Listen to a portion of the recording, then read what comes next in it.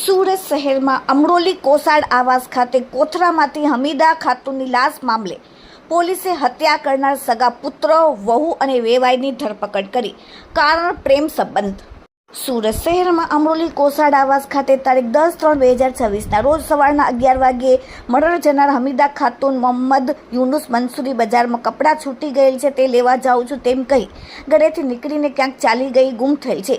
જે અંગે Amroli police station ખાતે મરનારના સગા નાના દીકરા મોહમ્મદ પરવેઝ આલમ મોહમ્મદ યુનુસ મંસૂરીએ જાહેરાત આપતા અમરોલી પોલીસ સ્ટેશનમાં મિસિંગ નંબર 52 દાખલ કરેલ અને તારીખ 11/3/2026ના રોજ સવારે 11 વાગે કોસાડ આવાસ H2 હનુમાન મંદિરની દિવાલ પાસેથી એક પ્લાસ્ટિકના કોથરામાંથી ગુમ થનાર મહિલાની લાશ હાથ પગ બાંધેલી હાલતમાં મળી આવેલ. જે અંગે મરનારના મોટા દીકરા મોહમ્મદ વસીમ મોહમ્મદ યુનુસ મંસૂરીએ અમરોલી પોલીસ સ્ટેશનમાં ફરિયાદ નોંધેલ. ફરિયાદના આધારે અમરોલી પોલીસ સ્ટેશનના માણસોને સાથે ક્રાઇમ બ્રાન્ચના માણસો અનડિટેક ગુનાને ડિટેક્ટ કરવા માટે લાગી ગયા. ક્રાઇમ બ્રાન્ચના અધિકારીના માણસો ગુના સ્થળ વિઝિટ કરી સીસીટીવી ફૂટેજ અને ટેકનિકલ વર્કઆઉટને આધારે આરોપીઓને ટ્રેક કરવા સઘન પ્રયત્નો હાથ ધરેલ હતા અને મર્ડર જનાર મહિલા કોસાડ આવાસની જે બિલ્ડિંગમાં રહેતી હતી તે જ બિલ્ડિંગમાં રહેતા કોઈ ઈસમે આચરેલ હોવાની શંકાના આધારે ક્રાઇમ બ્રાન્ચની ટીમ દ્વારા બિલ્ડિંગમાં રહેતા તમામ ઉપર બાજ નજર રાખવામાં આવેલ હતી. મિસિંગની જાહેરાત આપનાર મરનારનો સગો નાનો દીકરો મોહમ્મદ પરવેઝ આલમ મોહમ્મદ યુનુસ મંસૂરી તથા ફરિયાદ જાહેર કરનાર મરનારનો મોટા દીકરા મોહમ્મદ વસીમ મોહમ્મદ યુનુસ મંસૂરીની પત્ની સબાનાઓ પર શંકા જારાતા ક્રાઇમ બ્રાન્ચની ટીમ દ્વારા તેમને બંનેને ડિટેન કરી પુનઃપૂર્વક પૂછપરછ કરતા મિસિંગની જાહેરાત આપનાર અને મરનારના નાના દીકરા મોહમ્મદ પરવેઝ આલમ તથા ફરિયાદ જાહેર કરનાર મોટો દીકરો મોહમ્મદ વસીમ મંસૂરીની પત્ની સબાના વચ્ચે પ્રેમ સંબંધ ચાલી આવેલ હતો. તેઓ બંને જરા પૈસા ખર્ચ કરતા હતા અને હમીદા ખાતુન તેમને વારંવાર પૈસાની બચત કરવા માટે ટકોર કરતી હતી.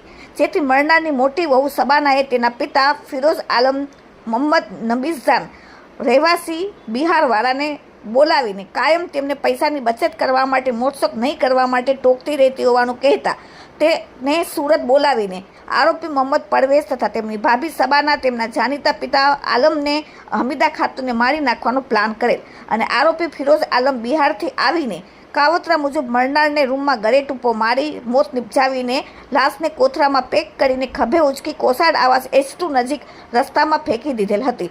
વહુ સબાનાનો પિતા ફિરોઝ આલમ રેલવે દ્વારા જલ્દીથી પોતાના ઘરે બિહાર રેલવે મારફતે વતન નાસી ગયેલ હોવાનું જાહેર થતાં ક્રાઇમ બ્રાન્ચના અધિકારીઓએ બિહાર ખાતેના પોલીસ અધિકારીઓનો સંપર્ક કરીને આરોપી ફિરોઝ આલમને બિહાર ખાતે ટ્રેનમાંથી ઉતરતા જ તાત્કાલિક ઝડપી લીધો.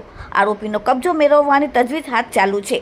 આમ ક્રાઇમ બ્રાન્ચની ટીમ દ્વારા મિસિંગ થયેલ મહિલાની કોથરામાંથી લાશ મળેલ જે ખૂનના ગુનાનો ભેદ ગણતરીના કલાકોમાં ઉકેલી નાખ્યો અને આરોપીનો કબજો અમરોલી પોલીસ સ્ટેશનને સોંપવામાં તજવીજ હાથ ધરેલ છે.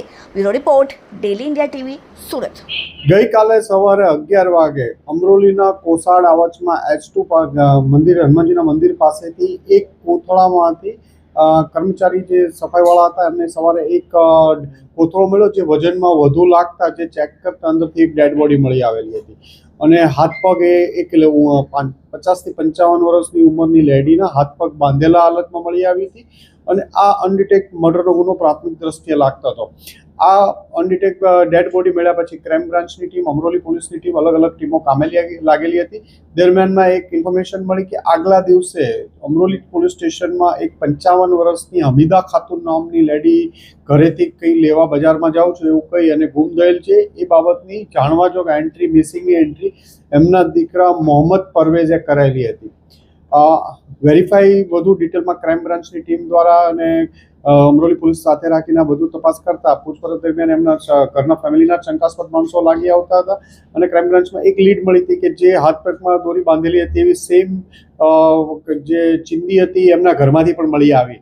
એટલે એમના ઘરના લોકો આ મર્ડરમાં સંડોવાયેલ હોવાનું પ્રાથમિક દ્રષ્ટિએ લાગતા ક્રાઇમ બ્રાન્ચની બધા જ પોલીસ ઇન્સ્પેક્ટરો અને ટીમ દ્વારા એમના બંને દીકરાઓ બહુ બધાની ઘનિષ્ઠ પૂછપરછ કરતા નાનો દીકરો પરવેઝ જેણે પોતાની મા ગુમ થયાની અમરોલી પોલીસ સ્ટેશનમાં જાણવાજોગ દાખલ કરેલી હતી તે અને મોટાભાઈ વસીમની પત્ની શબાના આ બંને આ મર્ડરમાં સંડોવાયેલા હોવાનું હતું. આ બંને વચ્ચે પ્રેમ સંબંધ પણ હતો. આ પ્રેમ સંબંધમાં એમના સાસુ ઘણીવાર એમને પૈસાની બાબતમાં મગજમારી કરતા હતા અને ઘરમાં ઝઘડાઓ થતા હતા. આ બંને એમના જે શબાનાના ફાધર છે ફિરોઝ આલમ, જે બિહાર સમસ્તીપુર રહે છે, એને બોલાવ્યા હતા.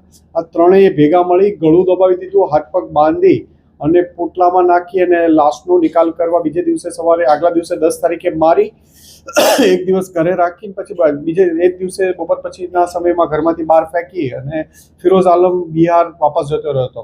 ક્રાઇમ બ્રાન્ચની ટીમે કાલ આ બંનેના ઇન્ટ્રોગેશનના કન્ફેશન પછી તરત જ એની માહિતી મેળવી અને બિહાર એસટીએફ સાથે મદદ લઈ અને એને તરત જ પટના રેલવે સ્ટેશન પાસેથી એને પણ ડિટેન કરાયો છે. ક્રાઇમ બ્રાન્ચની અને અમરોલી પોલીસની એક ટીમ બિહાર પહોંચી એની પણ કસ્ટડી હમણાં મેળવી લેશે. આમ આ ગુનાના 3 આરોપીઓ શબાના, જે મરનારની વહુ થતી હતી, એમનો નાનો દીકરો પરવેઝ અને એના શબાનાના ફાધર ફિરોઝ આલમ, 3 આ ગુનાના મુખ્ય આરોપી હતા. 3 પોલીસ કસ્ટડીમાં છે અને આ બાબતની આગળની તપાસ ચાલી રહી છે. એક એવું છે કે શબાના અને જે વસીમની વાઇફ શબાના છે, જેના મોટા દીકરા, અને પરવેઝ, જે નાનો દીકરો, જે મર્ડરમાં સંડોવાયેલો, બંને વચ્ચે પ્રેમ સંબંધ હતા. એટલે મરનારની માને કદાચ ખબર પડી ગઈ હોય, આ બાબતના ઝઘડા થતા હોય એના કારણથી. અને બીજું એમના ફાધર ફિરોઝ આલમ અને જે મરનાર લેડી હમીદા બાનુ વચ્ચે પણ કોઈ સંબંધ હોવાનું અત્યારે લાગી આવ્યું છે અને પૂછપરછ પોલીસની ચાલુ છે.